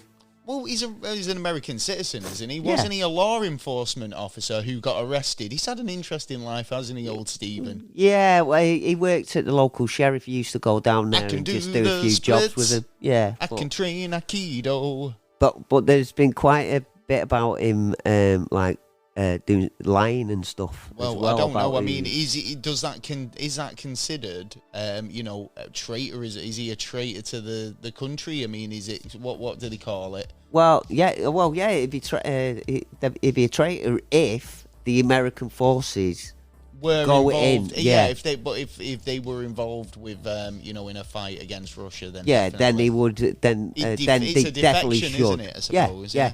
Well, That's what. And what do talking you of, guys think? I mean, we have a lot of American listeners. I mean, obviously, do you think Steven Seagal is to kind should of be thrown out of the country or actually? To be honest, he's I allowed think to he's do what he probably wants got to it do. pretty well made. Where if he was to stay in Moscow, I think they'd look after him because I mean, Yeah. he's like one of those 80s, And action heroes yeah. that they probably buzz off still. Do you know what I mean? True, and he has got a few bob in his back pocket still. I should imagine. Maybe. But talking about Russian forces, a report from the Telegraph come out that people who sign up to the military will be getting 3,100 per person, but then every kilometre that they, if they get sent to Ukraine, every kilometre that they make, they'll be getting Make of what? 530 quid. Make of what? Basically, I think it's an incentive for the new troops that Putin's going to be putting up front. So what? He wants them actually make. to put. When you say make, are you talking about kind of advancing on and- Ukraine soil? Yeah, taking Because as when much you as said that, possible. then it didn't. I couldn't work out what you were saying. So Oh. so you're basically saying that they'll get a bonus for every foot Yeah, that they kind of bring into Russian hands. well, every mile in it is. Well, yeah, you know what I'm saying, but feet make miles. Well, that is true. Centimeters, feet, and inches make miles. Yeah. So they'll be going 2 pence, 5 pence, 10 pence a pound. 2 pence, 5 pence, 10 pence a pound. But I all think- the way to fucking wherever. Yeah, thinking I'm making mint here, mate. When I Yeah. get home, and if I don't get killed. Well, I think soon they're going to start getting the pressure of the rest of the world not doing business with them, and there's going to be a lot of people who are going to be like, "I've got no money, let's sign yeah. up." There's $3,000, and then every Cost of living. kilometre. Yeah, exactly. So I can see that it could bring in more troops in the long run. Well, I mean, we talked about it last week They are about making like money. there was that Spotify account saying, it wasn't Spotify, was it? It was like a Pornhub and stuff like that, where there was a campaign yeah. for stop jerking your gherkin and come and join shoot. the army, get Yeah. on the front line, sort of thing. Like, so they are trying all different routes for getting people on board. Yeah. Well, that's enough war, I think. Yes. I found this story about a Taco Bell customer. All right. Yep, who damaged a drive-through and threatened to shoot employees when he couldn't get a breakfast burrito. What? Mate, guy's got to eat his breakfast. Man was I'll hungry. be honest, yeah. When I do go to takeaways or Greg's or wherever for a breakfast bit, or even McDonald's, and they have that stupid law about breakfast finishes at like a certain time, and it's like I get Fucking it, hate that at McDonald's. because you got to kind of get onto the lunch menu or whatever. Yeah, and it's like, oh, look, I want something I think different. what was that comedian Doug Stanhope does a thing about Subway, and the way he explains it is like, most of these chains or most of these places just have adopted the breakfast rule. Yeah. Whereas like there's no issue in putting the bit of meat or bit of cheese that you want, which isn't on the normal menu, but it's in the second green cabinet and you can see it. Yeah. Do you know what I mean? It's like there's no issue. No more effort than needed. It's a funny bit anyway. You should check him out. But this Taco Bell customer went ballistic when he couldn't get his breakfast burrito. He was arrested by U.S. Marshals, but obviously, what you should do. I mean, when you get hungry. Well, yeah, but it's no excuse, is it? He was a hungry customer. He He was definitely arrested was. this week by U.S. Marshal Services at Westlake Police Department after damaging a drive-through speaker in a rage. in a rage. In a rage, so he was still pissed off. Hulking out. He punched the drive-through order window and threatened to shoot employees, all because he couldn't order a grilled breakfast potato burrito. Don't blame the man. Don't blame the man. Happened at These industries. This all happened at 9 a.m. So why couldn't he What? get a breakfast burrito? It was 9 a.m. 8 a.m. it closes, sir. No. Yeah. Don't put that shotgun away. Well, I mean, this happened at 9 a.m. So I don't understand why he couldn't have got a breakfast burrito at that time. But according to the police, the man pulled into the drive-thru and attempted to order the burrito. But the employees said the store was only accepting mobile and DoorDash orders. Oh, that See, is now bullshit. I'm siding with the guy. Yeah, I'm actually siding with this guy, Yeah. right? Yeah, because do you know what? I've been in a McDonald's, yeah. Yeah, When and it used to take, it's less than 5 it's minutes. not fast food anymore. No, and I'll be honest, definitely yeah, not. when they prioritise home orders, Yeah. and DoorDash and Uber Eats or whatever, yeah, they prioritise these customers. And as a customer who's bothered to actually come into your establishment, yeah, and queue up and get it from your fucking from your from your chain or whatever. Yeah, shut then your fucking doors if you don't want to do that. Be treating those customers with extra fucking attention, Exactly. right, and service, because they're the returners. customers who are returning customers who are actually coming to your restaurants, not just fucking sitting at home and ordering it. Yeah, and getting it brought to them. Lazy bastards. So I think that these chain places should actually wise up for in-house customers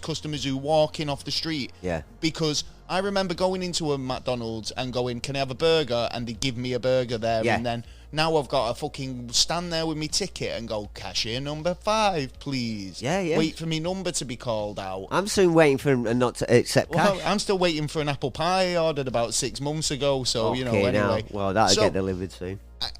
Angry? Is he angry? Yes, and rightly so. I'm not sure he should have been arrested for that. Maybe for the damage, but the threatening behaviour, I think he went a little bit over the top. Overboard. But yeah, I mean, don't go there again. That's what I I find. was about to say, I hope since then he's actually managed to get himself a burrito, but maybe Probably he's not. been put off the idea entirely. Yeah, I hope he has, to be honest, because these industries need to be taught a lesson sometimes, because they take the absolutely piss. Yeah, I mean, what are your experiences, you guys at home? I mean, like, do you kind of feel like there's no point going into these restaurants anymore because you don't feel like you get the service? And it's phone them up. Do you know what? It's less stress and hassle just to get it delivered. Yeah. I don't know. I mean, it's It probably getting is. that way. That's why. Is it going to come a point when the McDonald's and Burger Kings and chain restaurants have gone, but you can still buy the food, but they're all made in little warehouses or kitchens that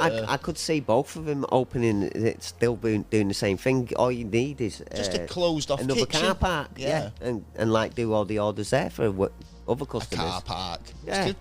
Just cooking burgers in a car park. Car park size. With some with some disposable barbecues. Yeah. Oh yeah, and don't forget ketchup. Oh yeah, and the cheese. Well, talking about car parks, we find dumpsters in car parks. Well, this is an Alaskan man who rescued a dumpster diving moose Oh. that was choking on a garbage bag. See, all the shit we leave behind.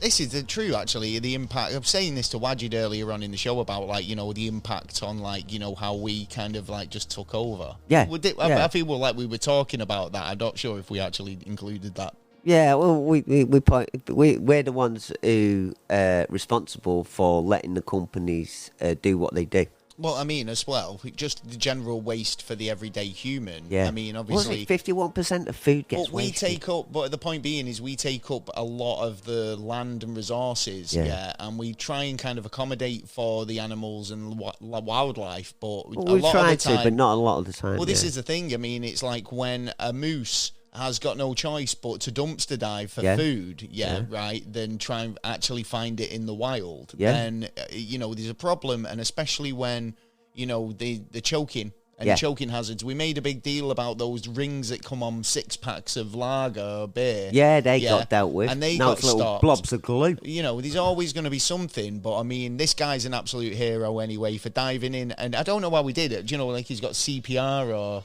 You know, what did he do? Give it mouth to mouth. Moose to moose resuscitation. I wouldn't like to shove my finger in his mouth. Well, a man in Alaska saved a young bull moose from what he could have been a slow and painful death, right? By removing a piece of plastic garbage bag that was in the animal's throat. So he must have just shoved his hand down his throat and fucking, like, you know, saved it. Good man. Quick thinking. He was chewing the plastic and foaming at the mouth. So he got a bit closer and noticed it was choking on a trash bag.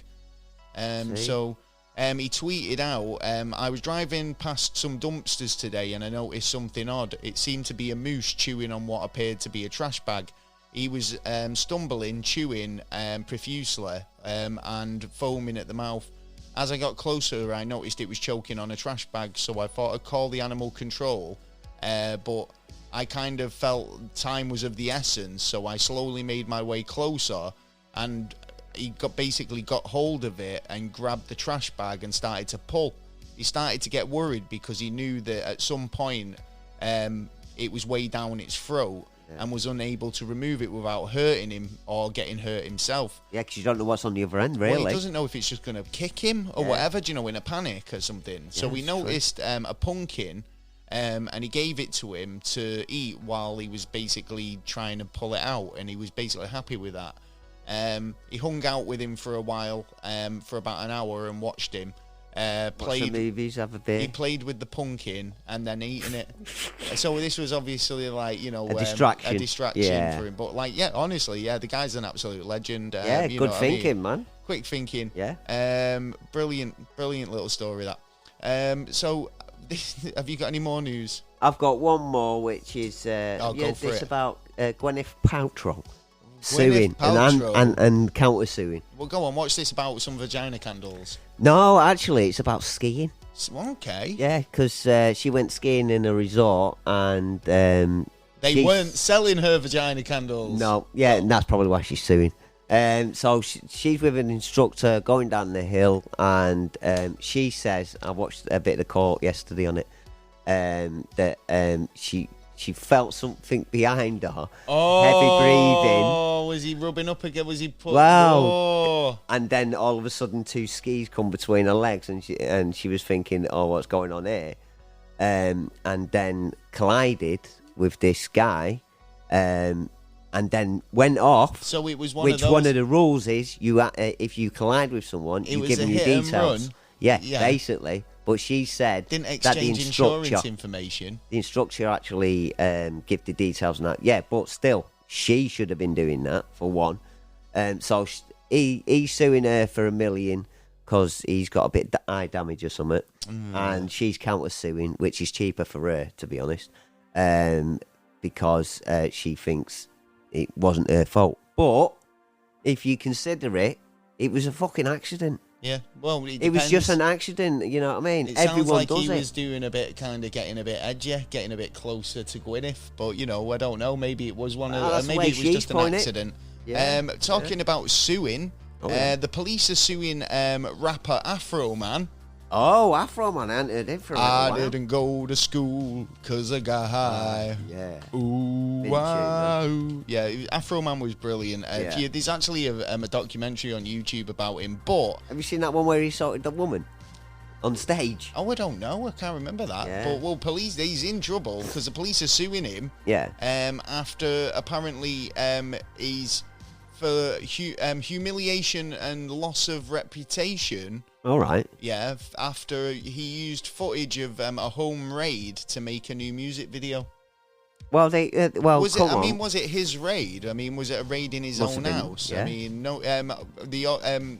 So basically, the rapper known as Joseph Edgar Foreman, or known as Afro Man, is being sued by 7 officers at Adams County Sheriff Office for using footage of their 2022 search of his home. So it was his own home. And he's used it to make and promote his new music video. So obviously he's used the footage, which includes their faces, and they're not liking it, so they want to say, but it's his property. So he's being sued for use of image likenesses and, you know, basically malice. Yeah. Using the footage. So Gotta check according to the video out. complaint, so the lawsuit stems from the search of Foreman's home in August 2022. Yeah. Which is basically concluded with an unlawful issued search warrant. So Ah. obviously, like obviously they've searched his house illegally. Yeah. And then he's used the footage. Now they're trying to sue him. So they try to get him, but he ended up getting them, and they're not happy about it. Yeah, so well, that's now what they're it going to is. Now they're trying to fucking get him on every corner, aren't they? Well, So, first of all, let's just say the police haven't had respect for quite a bit now. Well- So I don't. Their reputation isn't clean already. So, they've got no advance on that one. Well, I think he's going to win. well, it was so following the raid, the 7 members of the law enforcement involved, deputies, were basically put on video, Yeah. showing the Yeah. faces. So, yeah, interesting one. It is. I think Yeah, that's the well, news. go on, Afro We'll get Man. into get in Afro Man. Yeah, that's what I was saying. I always like that tune. Yeah. It was yeah. a good tune. He's done a few good ones. Well, going into NASA news, a Harvard physicist is racing to prove the meteorite is an alien probe, Oumuamua.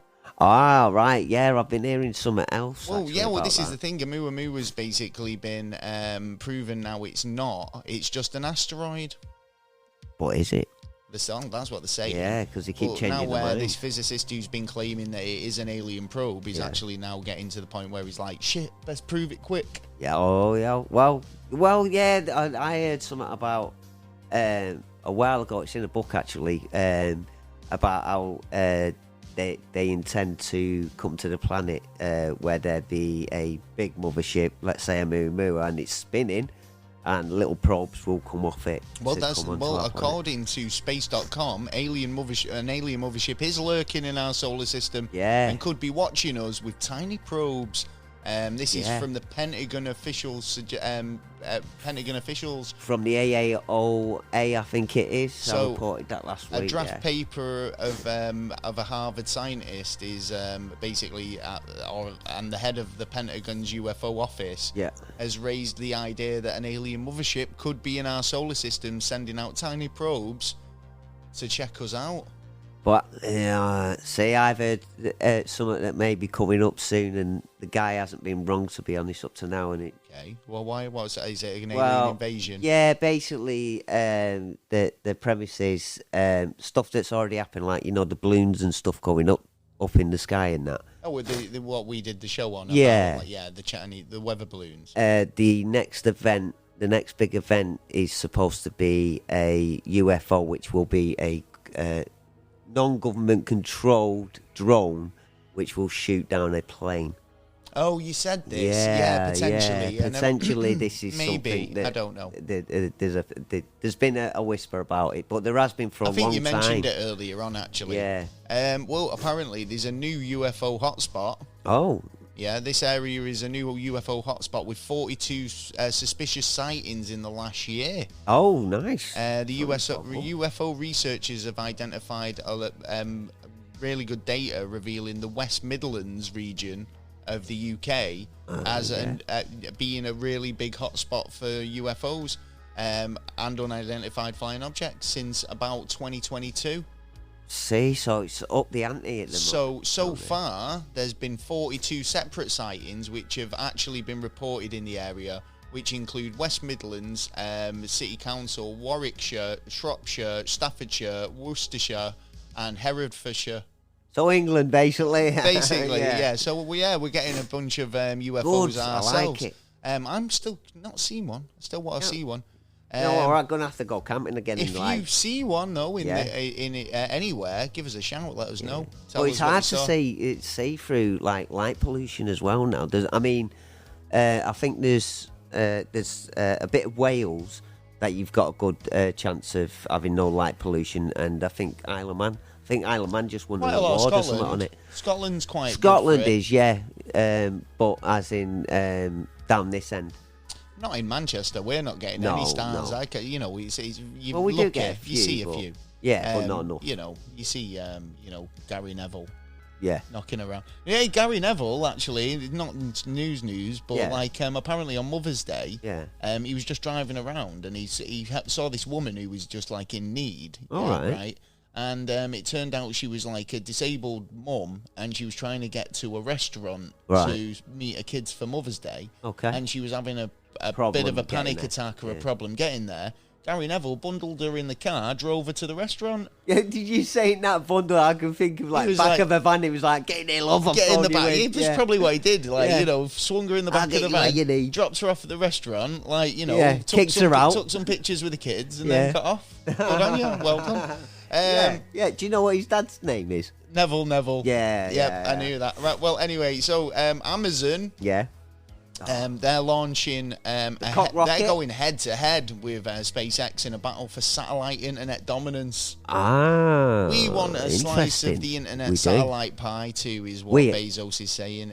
So in a bid to catch up with Starlink, the company has plans to build as many as 4 satellites a day. So they've joined Starlink as well. No, they Oh. just want what they want to go. They just want their own Starlink. It's going to be called Amazon Link, probably. Yeah, probably. So Elon Musk and Jeff Bezos are about to lock horns once again. Last month, the U.S. Federal Commissions approved the final aspects of the project. This is So kind of it's their effort in a high-speed internet sort of solution. yeah, and it helps him in the long run because he can make more money on different projects. Yeah. Oh, well, we'll With see. his We'll little keep cock an eye rocket. on that one. See what Yeah, happens. it's getting a bit fucking busy up there again now. Well, they're just going to end up with loads of stuff in space that we haven't got, like. And we can't get any any junk that's already out there. We're not like we won't be able to like do anything. We won't be able to get out into space because we'll be locked in. Yeah. It'd be like, It's yeah. like when you know what it's Yeah. like in car parks when you're like, for fuck's sake, there's Yeah. a Fiat Uno parked in front of me, and it's like I don't know who it belongs to, and I don't know. What do I do? Yeah. And it's like. It's probably a small enough car that you could probably bump it out of the way and nobody would notice. But, like, you know, it's one of them. You can satellites everywhere. It's like we're trying to take off. Yeah. Oh, It's yeah, like, can we yeah. just We're get going to them be all- hitting stuff. For fuck's sake. But then they're going to be that'll be the explanation for why we're seeing more and more things come through the sky and we don't know what they are.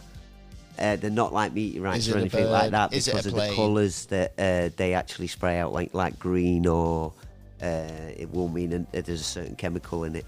Well, there you go. Have you got any more NASA news? I've got one last story. Oh, before yes. we bugger off. Well, supposedly NASA had said, last night we just got missed by a meteorite, a city killer. Why did he always tell us the next day? It's like, hey, Yeah. you could have been dead, but you're all right. Yeah. But the thing is, it's kind of a lie because I've said not that long ago this meteorite's coming between us and the moon. This one is They're coming always between- like a bajillion miles away, and they considered that a close call, and it's like a city killer. It's all about the grabber, that's the thing. Oh, it's all about like, the Earth grabbing guess it. what? You really missed out. You nearly missed you nearly died last night. We got Yeah. hit by a comet. But yeah, it was about 5 bajillion miles away, so it was all right in the end. Don't worry Yeah, about there it. was a massive... So why are you fucking telling us? I'm Well, not being funny. like, They you know. did actually this time tell beforehand. Well, we would like to know beforehand. That's the point, isn't it? Oh, yeah. Because But it could have been... they've talked about that, but they didn't say anything about the massive CME that hit us the other day.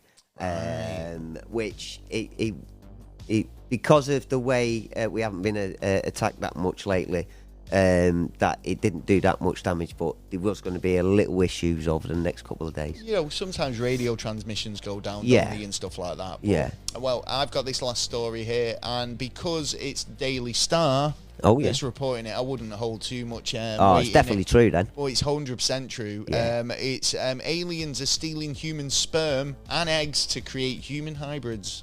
That's not new. We knew that. Yeah. I mean, yeah, are they that's just cutting fucking- on to this? Anyway, this is a new story. It was out literally yesterday. An alien expert claims that extraterrestrials are stealing sperm and eggs to create their very own human hybrid race that can eliminate and assimilate into culture around the planet with ease. Yeah, there are actually people who I come think that's forward. happened. There's people who say they are They them, are, these yeah. hybrids. Yeah. So There's yeah. little weird things that could make it true, could make it false. It I depends love on how it, they must have gone to the the boss over at Daily Star and said, "I've got this breaking story," Yeah. and he's gone, run with it. Yeah, You know, like go for it. you go for it. I don't need to look at it. Yeah, just throw anything free. So, yeah, what do you guys think? Are you an alien hybrid? Come on the show. Tell us all about it. Well, that's the show. Yeah. Big thank you to Wajid for appearing again once again. Yeah. If you would like to appear on the show, you know what to do. Send us an email at neverstraightanswer@gmail.com if you've got some interesting stuff to talk about. Oh, yeah. We like to listen, and we like our listeners to listen. We like our listeners to come and say something, Hello? about how you listened. Yeah. Yeah. And what do you think? So, well, if you'd like to do that, you can do many ways. You can email us at neverstraightanswer@gmail.com. You can go on the website at neverstraightanswer.co.uk, where there's a contact page, dead easy to send us a message.